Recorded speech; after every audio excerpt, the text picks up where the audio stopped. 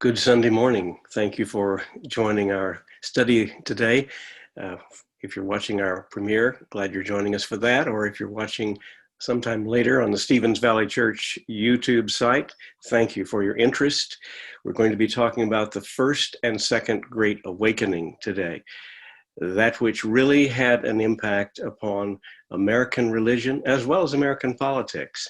So I hope you enjoy the class. Hope it's a blessing and benefit to you. As well as always, I hope that God receives the glory. And let's turn now to our study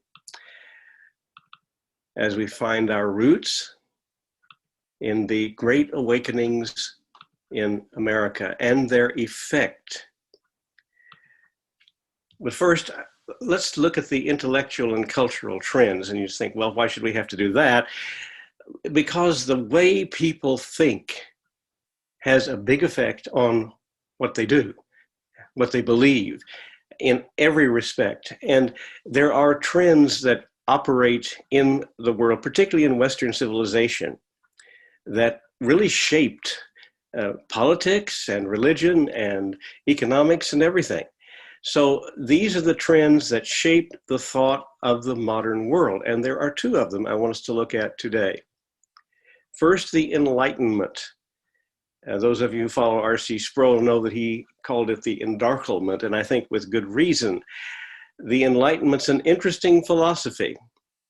It's the thought world of the 18th century. It is in many respects a continuation of the Renaissance, which of course started in the 13th, 14th centuries and emphasized the importance of man, made man the center of everything. And its purpose was to recreate or re-experience the glories of Greece and Rome. And the Enlightenment is somewhat different. Now look at a chart here to see what we're talking about in terms of time. This chart illustrates cultural trends, intellectual trends, from 1400 to 2000. And you'll notice on the left, the Renaissance is in the green. That is centered, of course, in Italy, particularly in Florence, and was focused on Greek and Roman antiquities.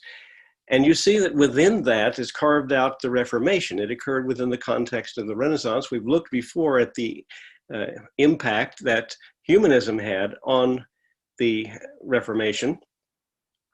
Now, beginning in 1600, you see a scientific revolution. Culturally, below that is the Baroque period. And then moving to the right, you see in the brown Enlightenment and Rococo culturally. And Romanticism rather intersects with it in the period between 1700 and 1870. We're going to be looking today at the period between 1600, including that scientific revolution, and 1870. Then you see modernism and postmodernism after that. Now, what is different between the Renaissance and the Reformation? I think to try to simplify it, the Enlightenment became a religion. It spread out to encompass every aspect of life. And there were principles that were followed very much like religious doctrines that were applied to politics, economics, religion, art, and music. So there is no way that the Enlightenment would not affect religion and politics in America, because it occurs during the time that the Enlightenment is in full sway. Now, in the context of it, why did it come about when it did? You must understand that there was war throughout Europe for 150 years. It started when the French invaded Italy. They're fighting with the Germans over territory. We call that the Habsburg-Valois Wars. So that occurs in the 1600s, at the end of the 1600s. And then when the Reformation came, that just kind of morphed into wars of religion. And so it was really just one, not always consistent, but largely consistent series of wars that come together into a gigantic war that continue for 150 years. So you can see why people were rather tired of fighting about religion, because that was what the subject was in the last part of it. and they were really turned off by religion. It all ended at Westphalia in 1648, and that really is the point at which we begin to see this turning toward the Enlightenment, turning away from God, turning toward human reason.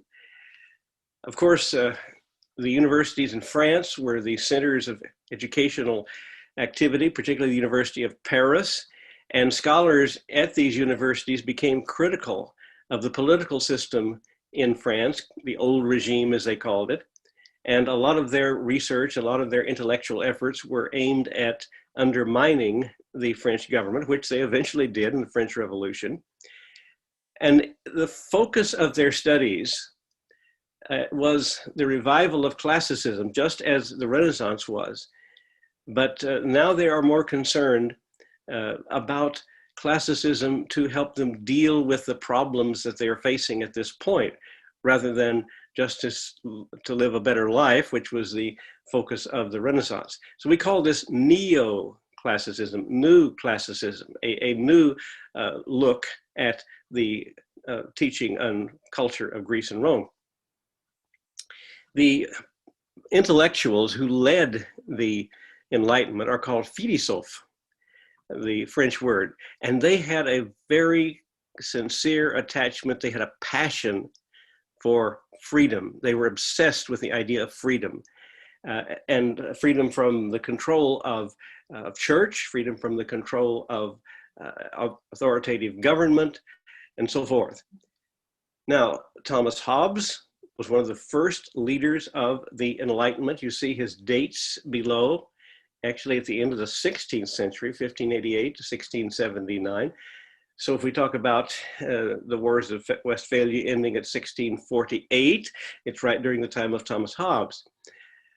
Now, Hobbes came up with the idea, politically speaking, that government is based on a social contract.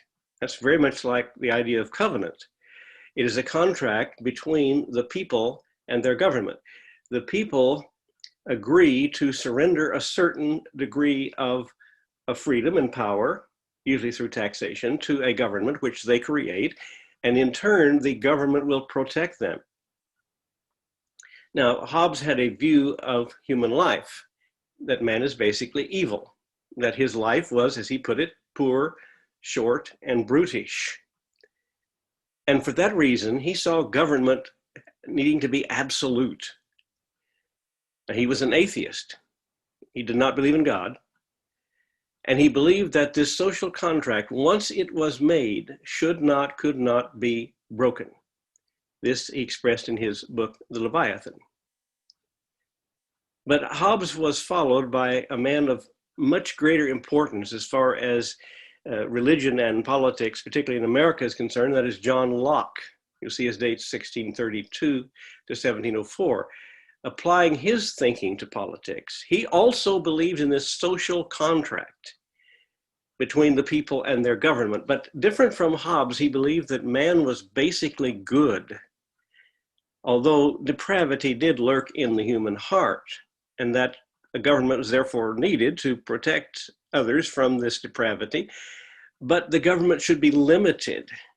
And the primary focus of government, to Locke, was the protection of life, liberty, and the ownership of property. And as I go through this, you'll see the influence he had upon the American Revolution. And he believed that the contract could be revoked if the government did not live up to its obligations. And he believed that man could be a rational creature operating by reason. He distrusted kings, courts, and the conservative clergy. He believed that virtue, very much like the Greek philosophers, can be learned and practiced. This he expressed in Some Thoughts Concerning Education.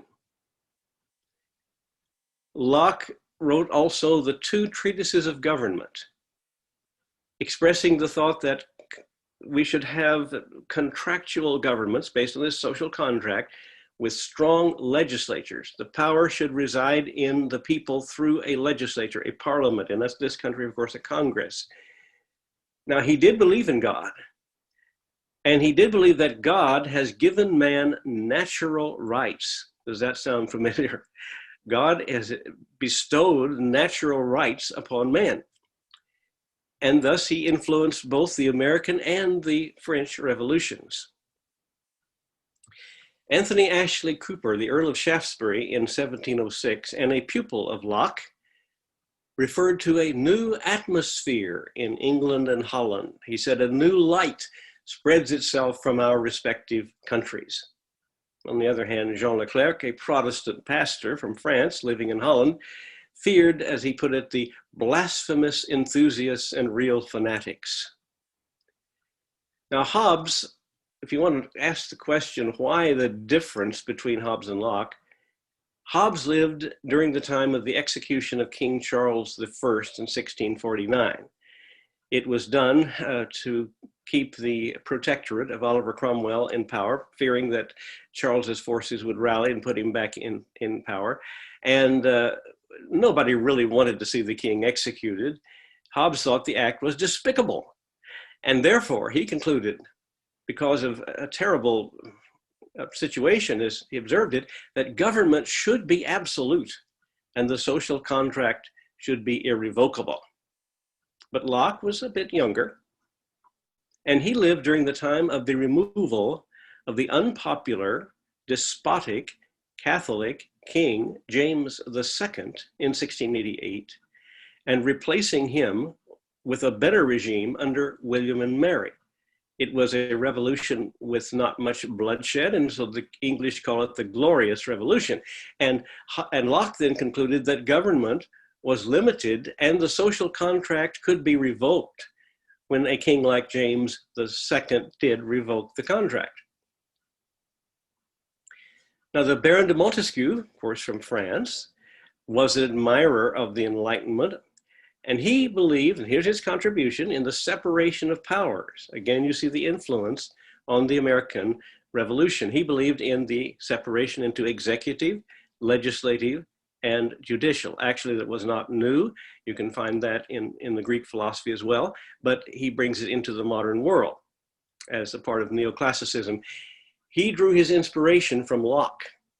He admired the English Constitution, the way they did it, and published his views in Les Lettres Persanes in 1721, criticizing despotism, superstition, and decay, particularly in the old regime in France.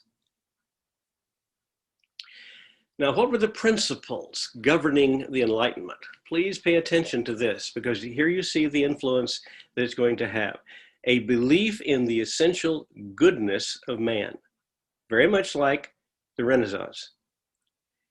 A belief in man's unlimited powers of reason, a far greater emphasis on reason than in the Renaissance. Hence, the Enlightenment period is called the Age of Reason. And a universe that operates by natural law. It is a fundamentally optimistic philosophy, because there was the belief that a better society would result from identifying, from defining and submitting to natural law. In other words, man uses his reason to determine natural law and lives accordingly. And it's applicable in every area of life. So as one determined what was natural, the natural law, then obviously there was the unnatural. And determining the natural identified the unnatural, and the unnatural, wherever it occurred, should be eliminated, whether it's in religion or it's in politics or it's in law or it's in economics, it should be eliminated. And reason would determine, that is, man would come to understand through his reason, natural law, law given by God, and those who lived in accordance with natural law would find happiness, tolerance, freedom, and would enjoy their natural rights. The leaders of the Enlightenment, most were from France. Thomas Jefferson said, every man has two homelands, his own and France. The Academy of Berlin said, what has made the French language universal? It is the language of humanity. However, the French philosophes were inspired by the early English scholars, as we have seen. Hence, in France, there was this strong love of England, Anglophilia. And by 1750, however, the Enlightenment had left its English roots and was centered in Paris. Now, we'll encounter some Enlightenment terms. Natural law, I've been talking about that. What do we mean by natural law? Laws set in place by God that govern the universe and are discerned by human reason. Philosophes, Enlightenment scholars. Enlightened despotism that spreads all over Europe, that is the application of the principles of the Enlightenment to a country by an enlightened absolute monarch. Physiocrats, Enlightenment scholars who are economists. Deism, the belief that God created the world, gave these natural laws, and is now no more direct contact with mankind. Deists did not believe in the Trinity. They just believed in a God who started things, wound up the clock, and now it's just running on its own. And a deist, such deist was Thomas Jefferson. He applied the principles to the American democracy, very much a man of the Enlightenment. And there was in the Enlightenment, among many, not all, but among many, an antithesis, an antipathy to religion. You see this with Baron d'Holbach, and this is a quote from him. Religion has ever filled the mind of man with darkness and kept him in ignorance of his real duties and true interests. It is only by dispelling the clouds and phantoms of religion that we shall discover truth, reason, and morality. Religion diverts us from the causes of evils and from the remedies which nature prescribes. Far from curing, it only aggravates, multiplies, and perpetuates them. So you'll see kind of an ambivalence toward religion. Some people strongly opposing it, and others believing that religion could function, but in accordance with natural law. Now, what are some of the effects, ways that the Enlightenment affected Christianity? They're very significant. For one thing, the immanence of God was dissolved. God was still seen as transcendent. He's up there. He's in this deist concept, but to be close, no longer is God near, is God close. He's just that force that got things started. The doctrine of original sin, in view of the idea of man being basically good, is canceled. And one historian I studied several years ago made the statement that there is no single action that has ever affected Christianity more, changed Christianity more than the removal of the doctrine of original sin. And reason is exalted above revelation. Reason over revelation. The Bible comes to be suspect. And often, not always, but often, as you saw with Baron d'Holbach, religion came to be viewed as unreasonable, divisive, and ignorant. Education, especially science, came to be seen as an end in itself. Now, further effects of the Enlightenment, the loss of confidence in the afterlife, a questioning of the meaning and purpose in life generally, and a change from this belief, as we've seen, in the fallen state of man to belief that man is essentially good.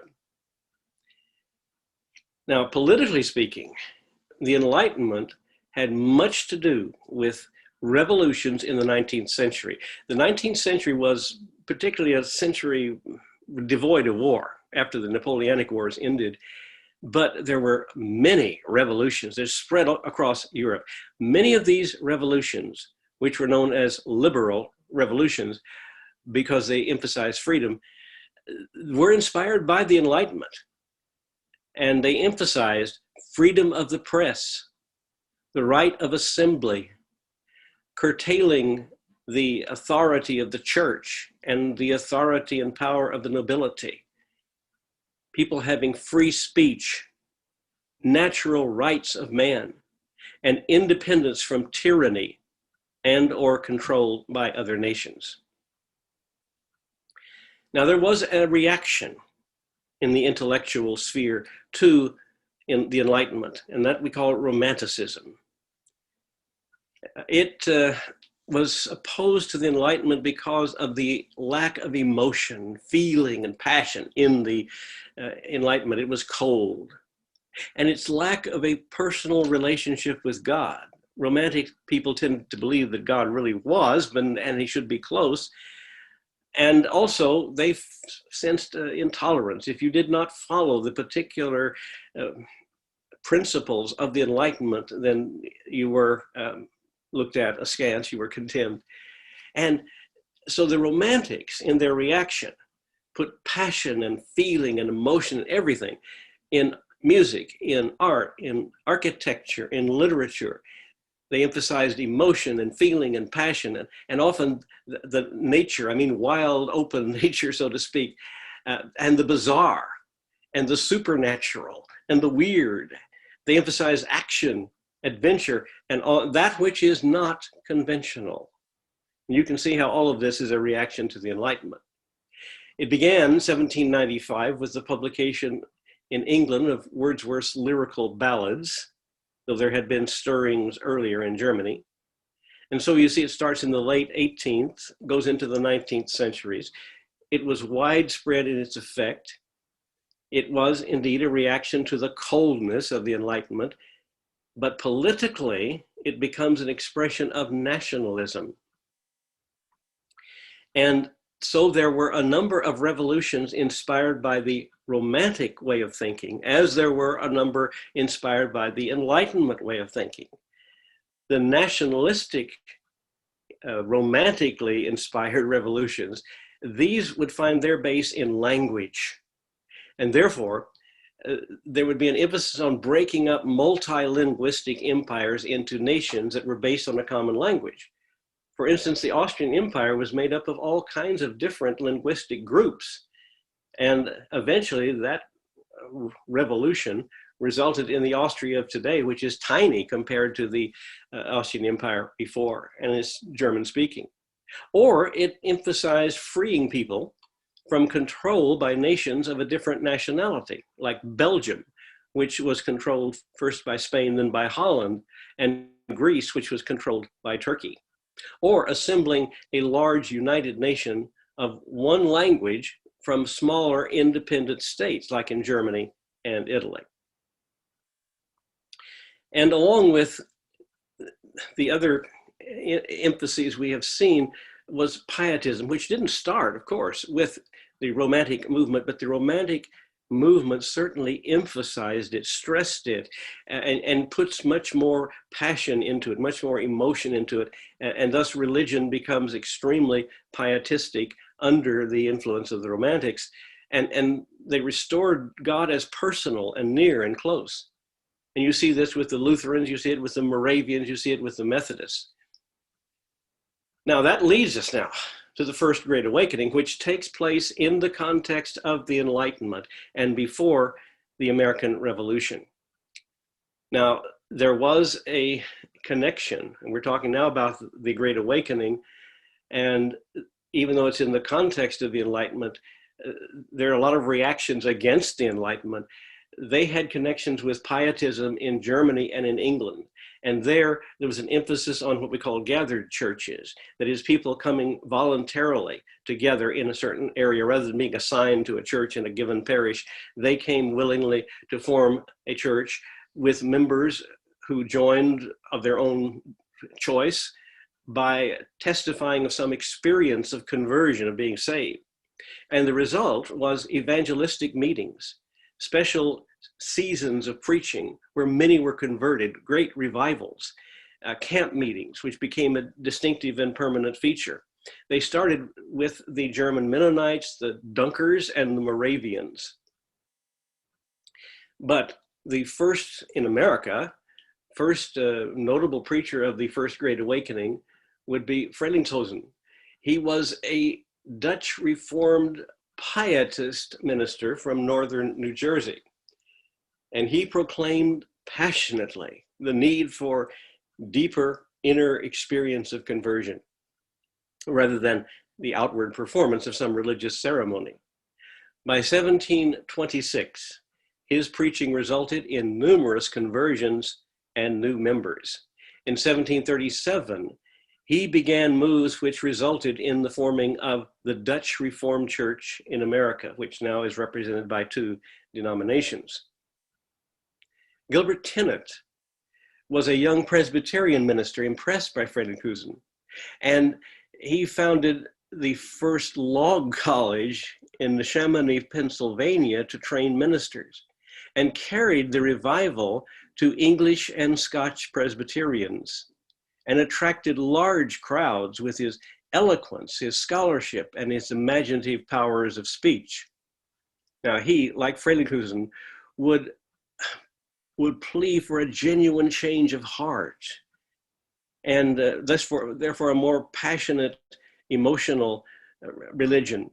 And he compared non-evangelical Presbyterians to scribes and Pharisees. Now that caused a split in the Presbyterian Church into New Light and Old Light.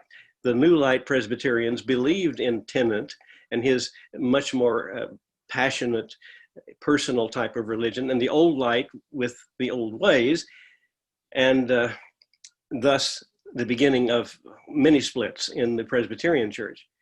And he served many years as a trustee of the College of New Jersey, which is now Princeton University. But Jonathan Edwards is certainly the best known and most influential of the preachers of the First Great Awakening. In 1734, Edwards was the minister of the Congregational Church in Northampton, Massachusetts. He was deeply concerned about the spiritual condition of citizens and a drift, as he perceived, and he accurately perceived, a drift toward Arminianism. And he preached a series of sermons on justification by faith alone, which created a sensational interest in personal conversion. And within a year, more than 300 people had professed faith, which represented nearly all the people in the town of Northampton, Massachusetts, all the people over 16. Now, he gave a detailed account of conversions in his faithful narrative of the surprising works of God in 1737, which instantly became a bestseller.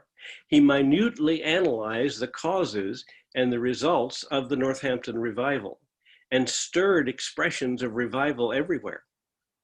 However, he observed the emotional excesses that followed his preaching of, for instance, justification by faith. And he was concerned about that. He denounced them. And he said, it is far better to look at our lives, responsible, what he called responsible morality, as a test of genuine conversion rather than these emotional acts. Now, he did get in trouble when he, let's say, fenced the table a little too strongly. He excluded the unconverted from communion, and it resulted in his having to resign at Northampton. And he then served a small church in Stockbridge, Massachusetts. And there he wrote his important works, including Freedom of the Will. Now, besides being a leader of the Great Awakening, he was a formative figure in New England theology, which was a modification of the Reformed faith, which allowed for the action of the sinner in accepting divine forgiveness. In 3 years, the results of the Northampton revival spread through New England, New York, New Jersey, Pennsylvania, Maryland, and Virginia. It continued under the leadership of Samuel Davies, and Samuel Davies built revivalistic Presbyterian churches in Virginia. It continued with uneducated but zealous preachers like Shubal Stearns and Daniel Marshall, who revived and expanded the Baptists throughout Virginia and the Carolinas. And the movement, wherever it occurred, did create temporary schisms in almost every denomination, but on the other hand, it also stimulated the churches to vigorous new growth. And of course, George Whitefield, we talked about him last week in regard to the Methodists. He was a Methodist. He brought the awakening to a high point in 1740 and 41. He'd originally planned to be an actor. He had this powerful voice and dramatic style. He, as we saw last week, was involved in the Holy Club with the Wesleys at Oxford, and he accompanied them to Georgia. And then he made 6 preaching tours in America. And wherever he went, he attracted huge crowds. For instance, he spoke to over 30,000 people in Boston out in the open air. And the result was the tremendous success was bringing the colonies together without a denominational bias based solely upon the preaching of the gospel. And he worked with Frelinghuysen and with Tennant and with Edwards in this first Great Awakening. Now, the results of it, the membership in all Protestant churches, especially the Presbyterians and Congregationalists, increased.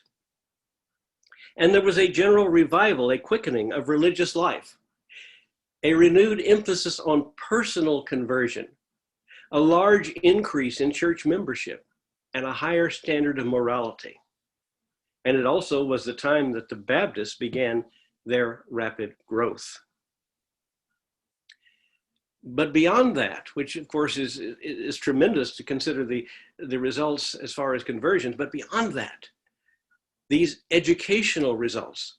And the reason for it was as people were converted, as for instance, young men are converted and were interested in entering the ministry, they were concerned about being educated because they were taught that they should be educated.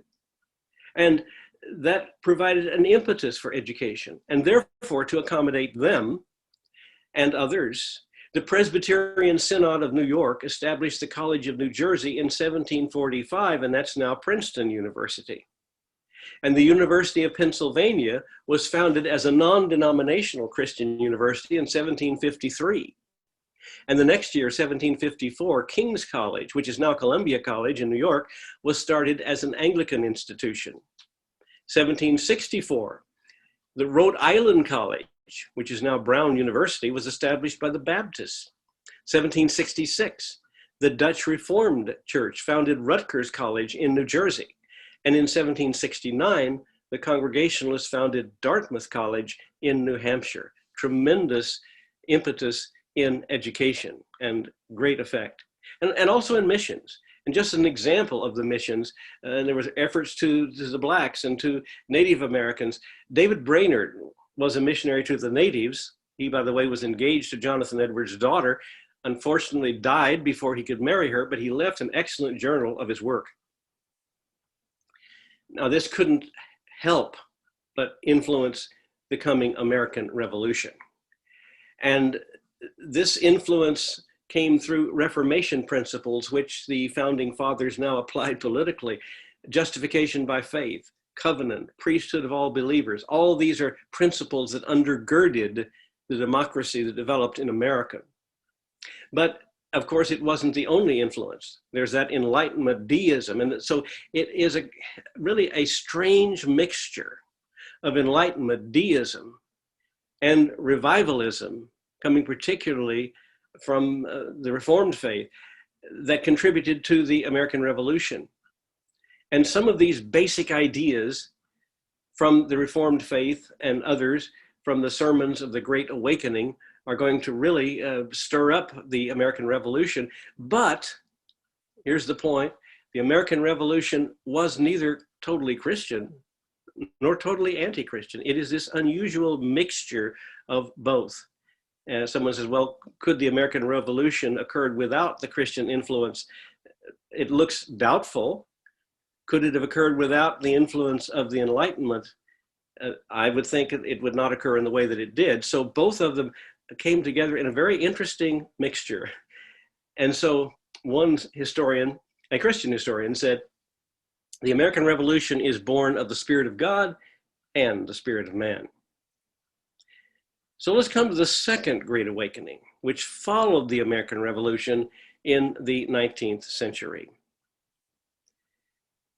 The American and the French revolutions, which followed the American, ushered in the 19th century. But along with those revolutions came increasing secularism and industrialization. Now in America, most of the colonists were Protestants, and 83% were English, who brought ideas of representative government and liberty from England. And because of that, the Church of England once proposed that there should be an American bishop over America, like an archbishop in England, but that was quickly rejected by the Congregationalists and the Presbyterians. Now, during the Revolution, the Congregationalists, the Presbyterians, the Baptists, and the Catholics supported it. The Anglicans and the Methodists did not. The Methodists at this point were still affiliated with the Church of England. The Quakers, Mennonites, and Moravians did not take sides because they were pacifists. Now, though the Revolution owed its inception to religious motives, the Revolutionary War had adverse effects, and often that's the case, nearly always it's the case. And only 10% of the American population after the Revolutionary War, only 10% professed to be Christian. And that is remarkably lower than it is today, 10%. Atheism, rationalism, agnosticism, cynicism, bitterness prevailed. English deism, French naturalism. Example, Thomas Paine, great American patriot, was an atheist. Voltaire was very popular in America. He was an atheist. And thus you can see the reasons for the Second Great Awakening. And that occurred in 3 phases throughout the nation. First, frontier camp meetings, 1795 to 1810, featuring James McGready, John McGee, and Barton W. Stone, particularly centered in Kentucky and Tennessee. The second phase of the Second Great Awakening, 1810 to 1825, was centered in congregational churches in New England under the leadership of Timothy Dwight, Lyman Beecher, Nathaniel W. Taylor, and Samuel Hopkins. The third phase, 1825 to 1835, was involved with the activities of Charles G. Finney. So it spread over a period of 1795 to 1835, about 40 years. Now, McGready was a Presbyterian minister who took an inflammatory style of evangelism to Southwest Kentucky and held camp meetings. And people came from far away, 30 or 40 miles away. And as many as 10,000 to 20,000 people were found on these campgrounds as McGready and others preached. And they were from different denominations, and they were preaching all at the same time, simultaneously, in different parts of the campground. So people would wander around from one preacher to another, listening to different sermons. And it featured not only preaching, but hymn singing and prayer meetings and the anxious benches where people would come and would pray to experience a conversion and to feel that indeed they were saved. Weddings and baptisms also. It served a definite need in the unchurched settlements of the West, and Kentucky and Tennessee at that point are considered West, but it also caused strife and dissension. For one reason, there's a tremendous outburst of emotion, which might suggest an influence from the Romanticism movement. And they gave into great emotional and physical excitement. There was wild enthusiasm and hysteria. People would dance around, even bark like dogs and fall down. Here you see James McGready and Barton W. Stone, and next week we'll look more in depth at their work. The frontier camp meetings had a bad reputation among the conservatives back east, northeast. The Presbyterians, for instance, refused to approve them after 1805, and they refused to ordain new men without proper training, which caused the Presbyterians in the frontier region of Kentucky and Tennessee to disagreed with these high educational requirements they didn't think was necessary, and the excessive ecclesiastical authority that they felt was imposed upon them. And so they broke away and formed their own Presbyterian denomination called the Presbyterians, who rejected predestination, stressed evangelism, and avoided centralized authority. They were indeed Arminians. Also, during this time, the disciples of Christ emerged from these camp meetings, and we will focus more on them next week. So the disciples, the Cumberland Presbyterians, to some extent the Methodists and Baptists, the Shakers, which were somewhat of a sect, or somewhat of a cult, I should say, broke down the old creedal statements and undermined the tradition of an educated pastoral ministry.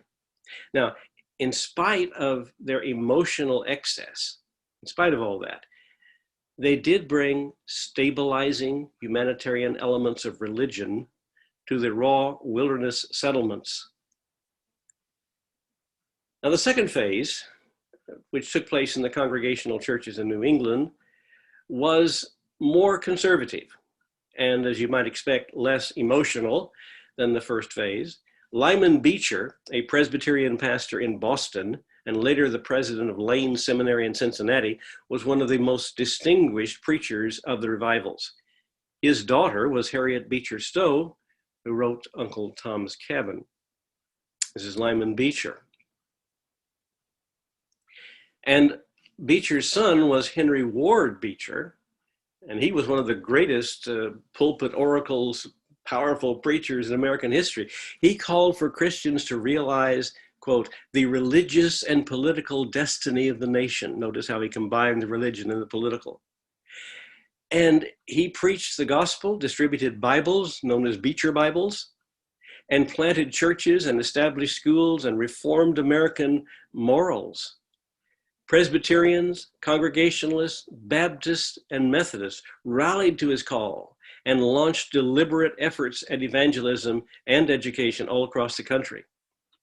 Beecher was a graduate of Yale and had come under the influence of its new president, Timothy Dwight. Here you see Henry Ward Beecher, Congregationalist. He placed a great emphasis on love. He was an abolitionist opposing slavery. He accepted Darwinianism. He didn't see evolution as being contradictory to the Bible. There were rumors of his personal adultery, never proven. And it is said of him that he was a combination of fun and seriousness. Nathaniel W. Taylor, the minister of the First Church of New Haven in 1812. And Timothy Dwight. Dwight was the grandson of Jonathan Edwards, and he energetically promoted the theology of his grandfather. He was a popular speaker, writer, and he molded several generations at Yale, making Yale the spiritual and intellectual center of the Second Great Awakening. Dwight left a legacy of hymns, including, I Love Thy Kingdom, Lord. Now, his older contemporary, Samuel Hopkins, studied under Jonathan Edwards. And while in Rhode Island, he stirred up the Hopkinsian controversy, which denied original sin and the atonement, and taught that no one could know if he was elect. He taught the atonement was governmental to satisfy the general justice of God rather than specific sins.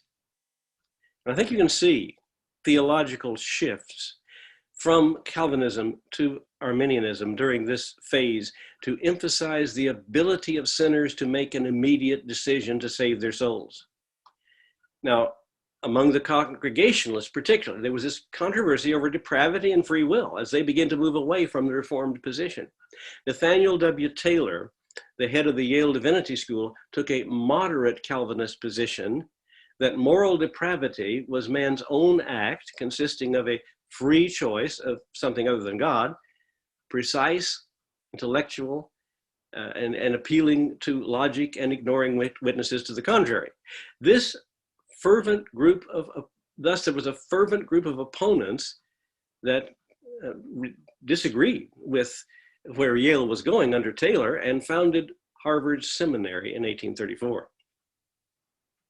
Which brings us to the third and final part of the Second Great Awakening that concerned the activities of Charles Grandison Finney. Finney was first a school teacher, then a lawyer, and experienced a dramatic conversion in 1821. He was convinced that he had been given, quote, a retainer from the Lord Jesus to plead his cause. He became an evangelist. He was licensed by the Presbyterian Church, and he preached colorful, well-planned sermons. He addressed the congregations as he used to plead with juries. He's very much like a lawyer, and he adopted the use of the anxious seat from the frontier revivals. Here you see him. He moved from the raw frontier villages to the growing urban centers. And Finney maintained an emphasis that all revivalists did, that man has the ability to make himself a new heart by his own choice, and he should take the initiative in seeking conversion. Theologically, he was a Pelagian. In 1832, Finney became the pastor of the Second Free Presbyterian Church in New York and launched an almost continuous revival there. But theological differences led him away from the Presbyterians to the Congregationalists. He built the Broadway Tabernacle in New York, and in 1835, he became professor of theology at Oberlin College in Oberlin, Ohio, and served as president of that college from 1851 to 1866, and also the minister of the First Congregational Church in Oberlin. He aroused, as you might expect, intense opposition from ministers trained in the New England schools. Lyman Beecher gave Finney once, in 1827, he gave him a warning to stay out of his territory. But 4 years later, he invited Finney to his Boston pulpit and said he did well. Well, the obvious success of his revival simply could not be denied, especially in upstate New York. And opposition lessened against Finney when he included benevolent action and when he endorsed the temperance movement and abolition. And at this point, revivalism was no longer characterized by these spontaneous emotional outbursts, but rather, as with Finney, carefully designed meetings. Here's a quote from Finney. "I was like you once, a long time ago. I believed in the dignity of man, decency, humanity, but I was lucky. I found out the truth early, boy. And what is the truth? Stark. It is all very simple. There's no such thing as the dignity of man. Man is a base, pathetic, and vulgar animal." Well, the Second Great Awakening produced a large increase in church membership, and it made soul winning the primary function of the ministry, and stimulated many moral and philanthropic reforms. Thus, in 1857 to 1861, up to the cusp of the Civil War, there was a prayer meeting revival that swept the cities of the United States and crossed the Atlantic to Northern Ireland and England. And both the First and Second Great Awakenings were affected by intellectual movements, the Enlightenment, and Romanticism. So Christianity in America in the 19th century, affected by the Enlightenment, which undermined Christian doctrines with its emphasis on individual freedom and reason, and Romanticism added extreme emotion and eroded further the doctrinal basis of Christianity with an emphasis on personal decisions that focused more on man than on the work of Christ. But revivals increased church membership. So next week, we're going to turn to the Stone Camel movement. I hope you enjoyed the class today. We've covered a lot of territory, but this is what early America looked like, and this is a role that religion played in it. Of course, we could say much more because our time is limited. Thank you for joining us, and I certainly pray that you have a blessed week. The grace of our Lord Jesus Christ, the love of God our Father, and the fellowship of the Holy Spirit will be with you all.